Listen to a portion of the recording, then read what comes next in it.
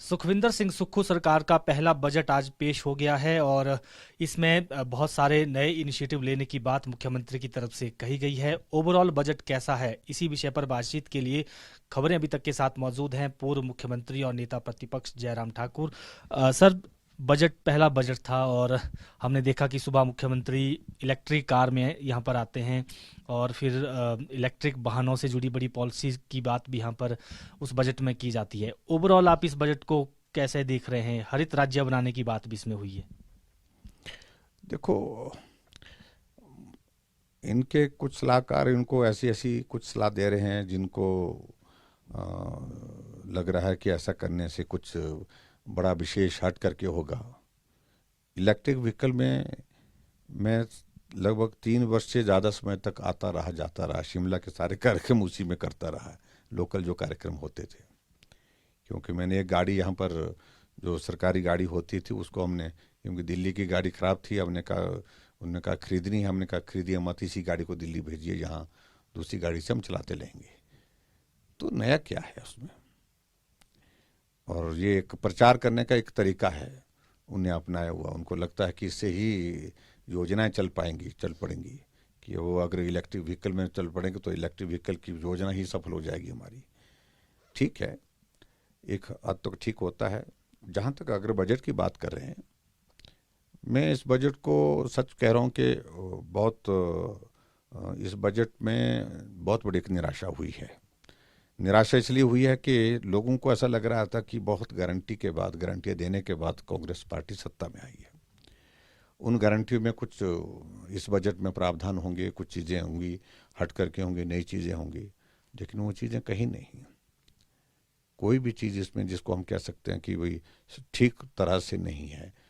Bharatiya Janata party की अधिकांश योजनाओं का जो जनहित में चलाई थी, उन योजनाओं को बंद करने का इस बजट के माध्यम से एक संदेश है।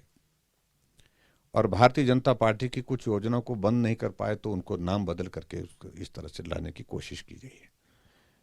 और मैं अगर मुख्यमंत्री से पूछूं क्या हुआ हिम केयर योजना का, एक शब्द आपका उस पर नहीं आ पाया, जिसने हिमाचल प्रदेश के लाखों लोगों, 3-3.5 लाख से ज़्यादा लोगों को उसका स्वास्थ्य का लाभ मिला। उसके कारण से गरीब आदमी का इलाज हुआ उस योजना का। एक शब्द भी आपने उस योजना के बारे में उसमें आपने किया नहीं। पिछले 3 महीने से 4 महीने से हिम केयर का पैसा बंद कर दिया है। इससे बड़ा अमानवीय कोई तरीका हो नहीं सकता है। जो गरीब आदमी इसी पर आधारित है कि मेरा अगर जीवन का कोई रास्ता जीने का रास्ता निकल पाएगा इस बीमारी के दौर में, तो हिम केयर है। ऐसे लोग जो बिस्तर पर पड़े हैं, लाचार है, बेबस हैं, जो चल नहीं सकते, अपना काम नहीं कर सकते हैं, उनके लिए सहारा योजना हमने चलाई थी। 3,000 रुपये प्रति महीने का हम उनको हर महीने का उनके खाते में डालकर मदद करते थे। पिछले 5 महीने से बंद पड़ा हुआ है। 2 महीने तो आचार संहिता थी, 3 महीने कांग्रेस की सरकार के हो गए, बंद पड़ा हुआ है। आज इस बजट में हम सोच रहे थे उसका जिक्र होगा।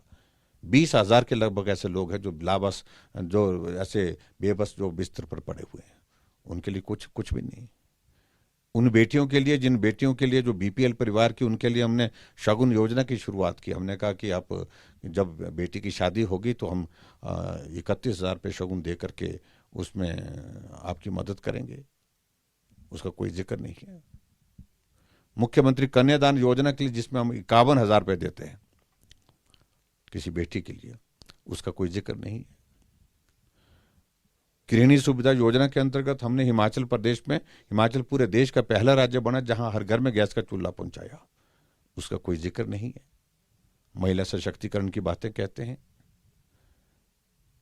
और इसी तरह से हमने मुख्यमंत्री सहायता कोष जो है, वो जो चिकित्सा सहायता कोष, उसके लिए हमने ऐसी बीमारियों के लिए जहां जो बड़ी बीमारी, हार्ट का मेजर सर्जरी करने पड़े, किडनी फेल हो जाए, उसके लिए ट्रीटमेंट के लिए पैसा देना पड़े, उसमें से देते थे, उसका कोई जिक्र नहीं। अटल आदर्श योजना जो हमने शुरू की थी विद्यालय के लिए, तो उस योजना का नाम बदल करके राजीव गांधी के नाम पर कर दिया गया। ऐसी एक नहीं अनेकों योजनाओं का नाम बदल करके ये कर दिया गया। और जिन बात खासतौर से जो जिक्र कर रहे हैं, जो ग्रीन हिमाचल का, ग्रीन हिमाचल के लिए सोलर एनर्जी का जिक्र कर रहे हैं, सोलर एनर्जी के साथ साथ ये इलेक्ट्रिक व्हीकल का जिक्र कर रहे हैं कि हम सब्सिडी देंगे। कौन सी सब्सिडी, कहाँ से, किस पैसे से देंगे? जो केंद्र की योजना है उसके माध्यम से, लेकिन केंद्र का जिक्र नहीं करें। सर, मुख्यमंत्री कह रहे हैं कि हम रिसोर्स मोबिलाइजेशन की तरफ भी यहाँ बढ़ रहे हैं। हमने एक्साइज पॉलिसी ला दी है और उसके साथ साथ वाटर सेस भी हमने लगा दिया है। इन्वेस्टमेंट ब्यूरो स्थापित करने वाले हैं। सिंगल विंडो सिस्टम को भी ख़त्म कर देंगे। इसको कैसे देखते हैं सर? देखिए, उन्होंने जो बातें कही है व्यवहारिक रूप से जब होंगी तब हम बात करेंगे। अभी उसमें कुछ कहना उचित इसलिए नहीं है। मैं एक बात कहना चाह रहा हूँ, वाटर सेस वाली ये कल्पना उनकी जिस प्रकार से उन्होंने रखी, हमने हालांकि उसमें सहयोग दिया है, हमने समर्थन किया है, लेकिन मुझे नहीं लगता है कि उससे कुछ होने वाला है आने वाले समय में रिसोर्सेज के मामले में। और पर्टिकुलरली मैं इस बात को मैं दावे के साथ कह सकता हूँ कि हिमाचल प्रदेश में अब हाइड्रो सेक्टर में नए प्रोजेक्ट लगने का रास्ता बंद हो गया। कोई नहीं आएगा हिमाचल प्रदेश में। और दूसरी बात, अगर मैं इस बात को कहूँ जो उन्होंने एक्साइज में ये किया है, इस प्रक्रिया में इंक्रीज हो, जो एक जो वहाँ से रेवेन्यू आएगा वो उसके बारे में मुझे मालूम नहीं अभी तक कि कितना उसमें सफल होंगे वो। कारण इसलिए क्योंकि इसी तरह से उन्होंने एक प्रयत्न पहले भी किया था बड़े लोगों को शराब का ठेका देने का 2012 से 2017 तक, और प्रदेश का सैकड़ों करोड़ रुपए उसमें डूब गया। इसमें छोटे लोगों को उन्होंने बाहर किया, बड़े लोगों को फायदा दिया, लेकिन रेवेन्यू कितना आता ये एक बहुत बड़ा प्रश्न है अपने आप में। इस पर आने वाले समय में हम कहेंगे। और दूसरी इसके अलावा जो खासतौर से रेवेन्यू को जनरेट करने की बातें जो कह रहे हैं ये, और मैं समझता हूँ कि जैसे इन्होंने 10 रुपये सेस लगा दिया दूध का, जो दूध के लिए इस पर शराब पर, तो वो उसमें अच्छी बात है। वो उस बात को हम मानते हैं कि भी चलो आने वाले समय में उसका इम्पैक्ट देखेंगे, असर देखेंगे क्या होगा, किस प्रकार से होगा। महिलाओं को 1500 देने की भी बात की। हालांकि अभी 60 साल से जो ऊपर की महिलाएं हैं उनको जो मिलता है, पेंशन मिलती है, उसको बढ़ाने की बात हुई है। जो गारंटी है इनकी, आपको लगता है उसकी तरफ फुलफिल करने की दिशा में इस तरह से बढ़ पाएंगी? देखिए, बहुत दुर्भाग्यपूर्ण है, आप झूठ बोलो, एक सीमा तक झूठ सच चलता है, समझ में आता है। और राजनीति में कुछ बातें ऐसी होती हैं जो आपको राजनीतिक व्यवस्था के कारण बोलनी पड़ती है, लेकिन इतना भी झूठ मत बोलो कि आप चौक चौराहे पर नंगे हो जाओ लोगों के सामने। और ये परिस्थिति है। जब पहली लाइन बजट की पढ़ी आज जब इस गारंटी वाली बात कह रहे थे, मुझे लगा अच्छी बात है, 2,31,000 महिलाओं को हम जो है वो 1500 रुपये देंगे। लेकिन जब दूसरी लाइन उसमें पढ़ी कि ये महिलाएं वो होंगी जिनको पेंशन मिलती है, इसका मतलब क्या है? क्या आप पेंशन के अलावा दे रहे हैं, या पेंशन के साथ जिसको 1000 मिलती थी उसमें 500 रुपये डाल करके दे रहे हैं? पेंशन को किसी भी योजना के साथ इस प्रकार से गारंटी के साथ शामिल नहीं किया जा सकता। गारंटी सेपरेट है, वो अलग है। लेकिन आप पेंशन वाली महिला को जिसको 1150 पेंशन मिलती है उसको 300-350 रुपये जमा करके उसको बोलेगी आपकी गारंटी पूरी हो गई हमारी। इससे बड़ा दुर्भाग्य नहीं हो सकता है। सत्ता के लिए कांग्रेस इतने निम्न स्तर पर गिर जाएगी ऐसा मैंने कभी भी सोचा नहीं था। लेकिन फिर भी उसके बावजूद वो मैं उम्मीद करता हूं कि वो उससे ओवर एंड अबव देंगे। अभी तक क्लैरिटी नहीं है। मैं पूछूंगा मुख्यमंत्री को भी, हमारा सत्र शुरू हुआ आजकल बजट सत्र, तो 20 तारीख को अपनी बात में कहेंगे, पूछेंगे उनको वो क्या कहना चाह रहे हैं इसमें।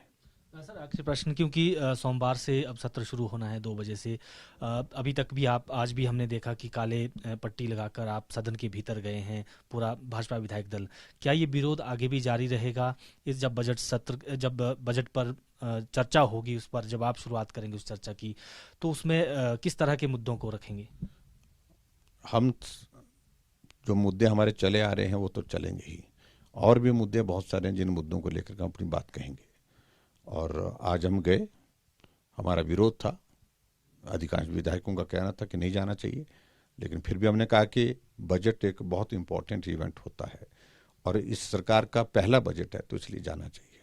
हमने बजट बिना बाधा डाले बिना हमने सुना है, और हम उम्मीद करते हैं कि हमारी बात को भी इस तरह से सुनेंगे वो लोग। बिल्कुल, नेता प्रतिपक्ष जयराम ठाकुर थे और इन्होंने कहा कि आज इस बजट को सुनने हम नाराज़गी के बावजूद भी इसलिए गए क्योंकि ये एक महत्वपूर्ण बजट होता है, प्रदेश की जनता के लिए ये होता है, लेकिन अपना विरोध आज दर्ज किया है और आने वाले समय में भी जो प्रदेश के बड़े मुद्दे हैं उनको लेकर विरोध दर्ज होता रहेगा। लेकिन जो ये बजट पेश हुआ है इसको पूरी तरह से इन्होंने दिशाहीन करार दिया है। वीडियो जर्नलिस्ट अंकुर के साथ प्रदीप ठाकुर, शिमला।